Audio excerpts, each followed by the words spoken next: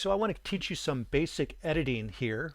And I'll start by saying when we get into some of the shortcut keys, in the situations where I say use the command key, if you're using a PC, you just want to switch that to the control key, and 99% of the time that's going to be the correct shortcut keys to do the same things that I'm doing on a Mac.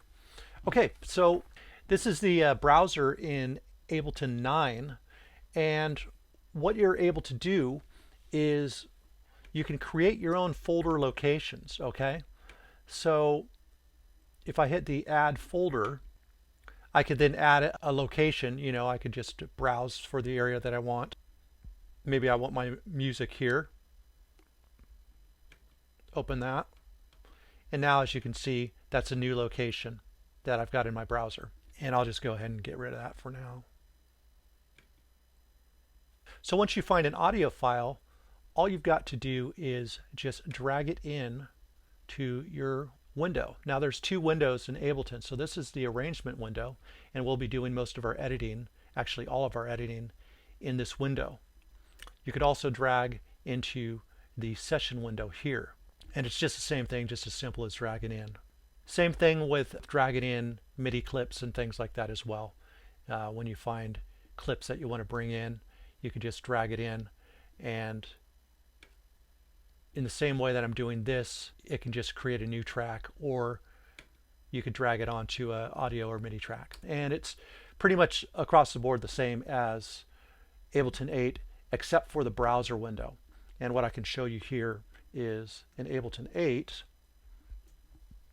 the browser window is quite a bit different.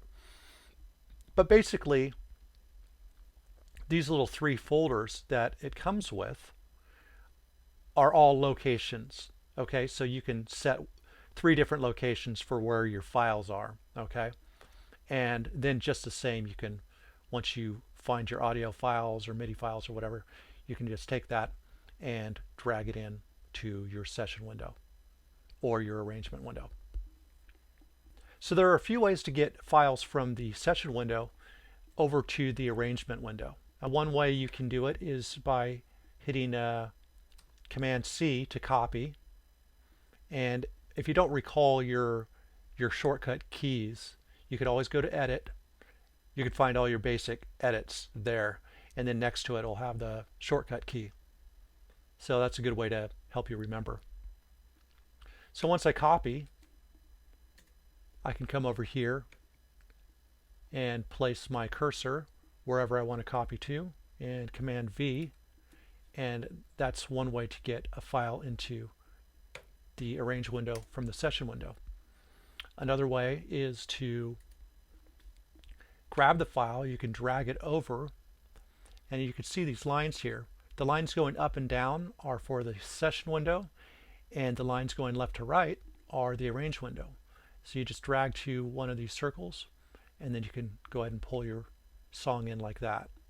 Another way that you can get files into either the session or the arrangement view, and let me just let you know that I'm hitting the tab key in order to switch between the two, and that's going to work on both your Mac and PC. Okay, so if you want to get from one window to the other, this is how you do it. So another way that you can bring files in is, for example, I can grab iTunes, find a song that I want, and I can just simply drag it in.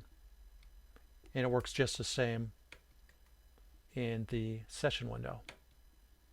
I can just grab the file and drag it in. One other thing that I wanted to show you, let me get rid of this here, is another way to get an audio part from here into the arrangement window is to record that part. But I can hit the record button, and then I could also hit the play button. So here, and now as you can see, it's recording that part over. Now the one trick here is you don't really have to record the whole part, okay? And as you can see how this is kind of faded here? What that is saying is Ableton is saying, I'm playing the sound from the session window even though it's in the arrangement window. the way you can change that is, as you can see up in this corner, there's a little arrow with lines by it. By clicking on that and turning that off, that now means that this audio here takes precedent over the session window. So if there's audio in both places, this is what's going to play. Okay? Anyway, the trick is you don't even have to record very long. You could have just recorded this amount, okay, into this window. And then you could just take this, and you'll see the little right bracket here, and drag. And that'll just drag that file right in. So you don't need to take the whole time to let it record all the way through. So next, let's get into some actual editing. So many of you, if you've worked with other digital audio workstations, may be looking for a scissors tool. And Ableton doesn't have a scissors tool, but it has a tool that'll work just the same, okay? So all you've got to do is, the first suggestion that I make is learn how to warp your songs so they're in time. Now this particular file here is not in time, but we're just going to assume that it is, just for this demonstration. And I got plenty of videos showing you how to warp if you're not sure how to do that. And the reason that you'd want your song warped before you do editing is because then it's going to be easier to cut it at a certain resolution. You could say, oh, I just want to grab one bar here, and you know that it's going to be accurate. As opposed to a scissors tool, what Ableton has is called splitting, okay? And if you go to your edit window, you'll see split. And when you hit split, what it's going to do is it'll actually put a cut wherever your cursor's at. So right here, as you can see, we've got a cut. I can put my cursor here, and if I hit Command E, that will also make a cut. Okay, so anywhere that I put the cursor and use Command E, I will make the cuts. Okay. Another way that I can approach this is I can highlight a certain area, and then when I hit Command E, it will make cuts in both the locations on the outside of the highlighted area. Okay, so if I just wanted to cut this part out and move it, for example, or whatever. Although, if I wanted to just move it, I wouldn't even need to make the cut. What I could do is I could just highlight a certain area and then drag it over. Now what you'll notice is I've got these, little boxes here, and these are certain resolutions, and you could find what that resolution is by coming down here.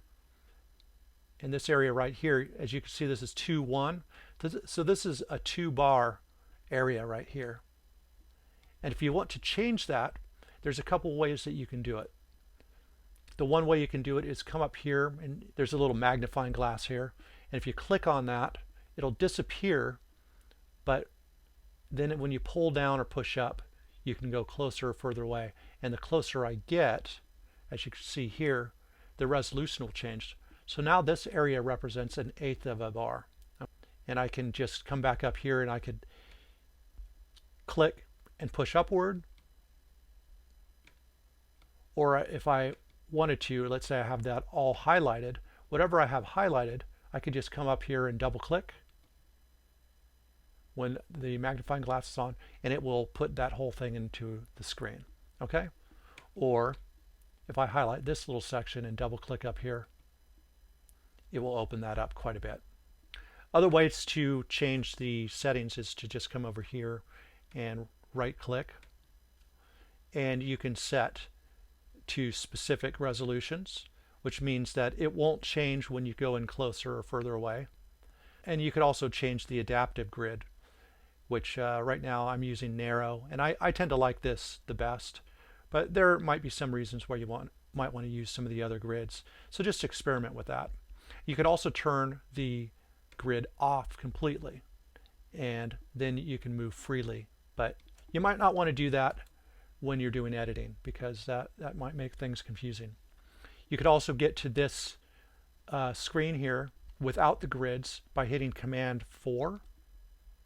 That will turn the grids on and off. Okay. Command 3 will make a triplet version of what your resolution is. So now these are cut into triplets. Very cool. And then if I go to 1, that'll just change the resolution to 1 lower. Or actually, and this will change the resolution upward. So 2, makes the resolution bigger, 1 makes the resolution smaller, and that's while holding down Command. Okay, so let's get into the actual editing now. So the basic editing, of course, is your cut, copy, and paste. So obviously you can make cuts with the Command E, which is your split tool. You could take that, you could now copy this by Command C and paste it somewhere else if you like. You can take this part here and you could duplicate it by hitting Command D. And I can just undo by hitting Command Z. Okay. Now another thing that I can do is I can just, like I showed you earlier, I could just grab something and drag it over to where I want it.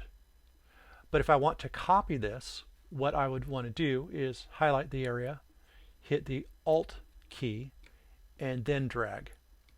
And now, as you can see, I've made a copy of this by doing a drag.